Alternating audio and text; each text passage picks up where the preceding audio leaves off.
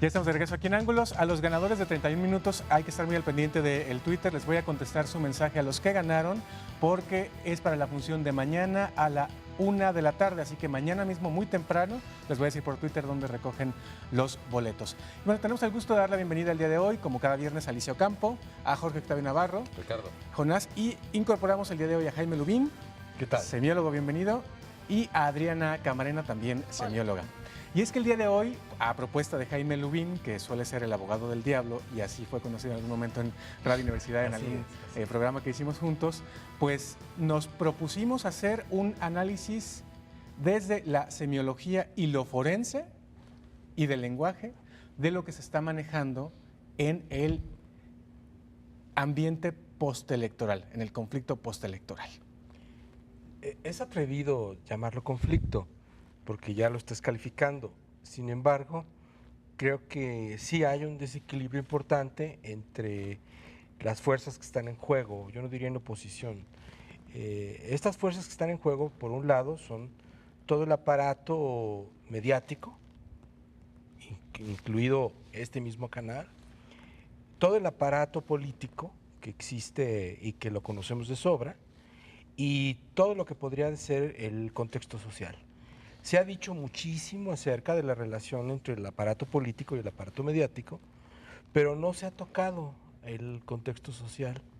Pareciera que es una figura poco asible, un poco fantasmagórica, que no tiene un perfil definido.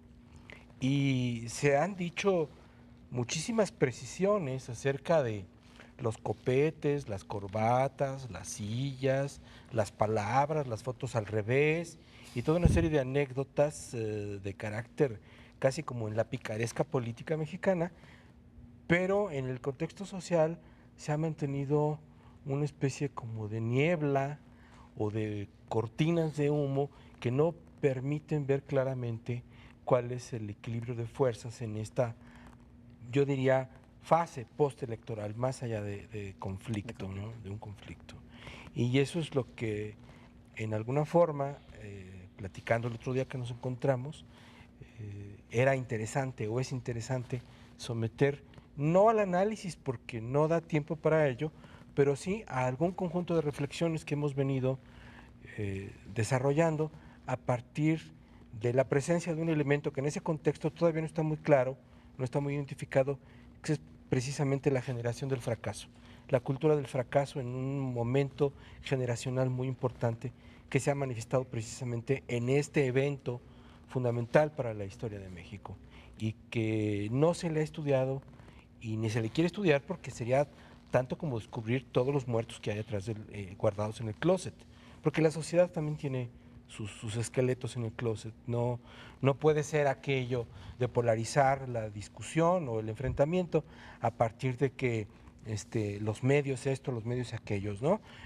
Parafraseando a Sor Juana, sociedades necias, sí, que acusáis a los medios sin razón, sin ver que sois la ocasión de lo mismo que culpáis. Entonces aquí tendríamos que ser muy cautos en la reflexión, porque encontramos unos elementos que quizá no se vean en una primera fase o en una primera capa, pero esto es como una cebolla que tiene muchas capas. Y estos elementos son precisamente los que constituyen lo que hemos dado en llamar la cultura del fracaso o la cultura de los atajos en la sociedad del fracaso. Y esto es algo que sí es interesante comenzar a ventilar. Luego, Jaime, entonces hay equilibrio de fuerzas. No hay un equilibrio de fuerzas. Ese es imposible encontrarlo porque entraríamos en una especie de inmovilidad conceptual que no se puede en un país como el nuestro. Posiblemente en Noruega sí, o en Suiza, ¿no? En donde es peligrosísimo fabricar relojes, navajas y guardar el dinero de todo el mundo. Pero en México no se puede encontrar este equilibrio. Siempre tiene que haber un elemento que genere un balance negativo o positivo a favor o en contra de alguna de las entidades que están en juego, que por supuesto la dimensión política del país no es la única que tiene, ¿no? Y este desequilibrio es vivificante, es dinámico, es muy interesante, porque nos invita a ver las cosas con ópticas como bien decía Ricardo y como se lo había sugerido, de carácter forense.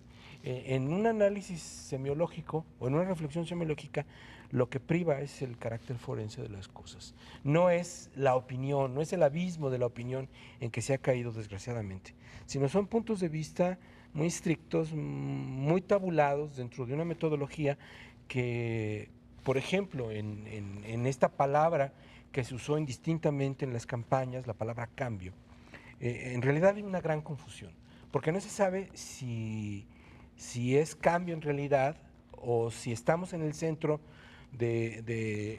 o en el cruce de dos grandes líneas, de la transformación al cambio o de la ruptura a la continuidad. Esto no se ha tocado. Se ha dicho el cambio, por decirlo de alguna manera, pero eso es la vulgarización del sistema o la vulgarización del método. Y aquí nos encontramos con que hay muy poco aparato de carácter reflexivo y crítico como para poder determinar qué es ese cambio en realidad.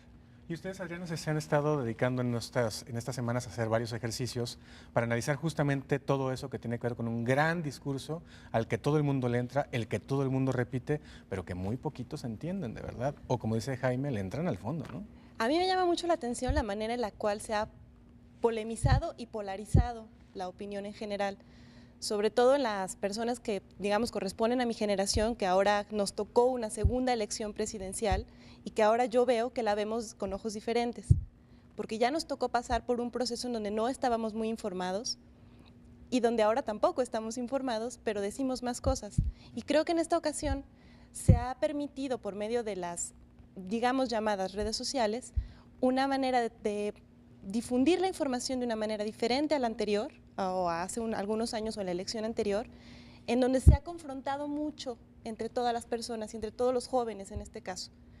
Y al momento de la confrontación se nos olvida que todos somos o que todos pertenecemos al mismo grupo de personas. Entonces, en lugar de que, digamos, este conjunto de información, este manejo de información nos uniera y dijéramos, bueno, muy bien, a ver, vamos a poner todo esto junto y vamos a ver qué nos dice según todas las perspectivas que podemos tener por formación o por experiencia o por diferentes razones.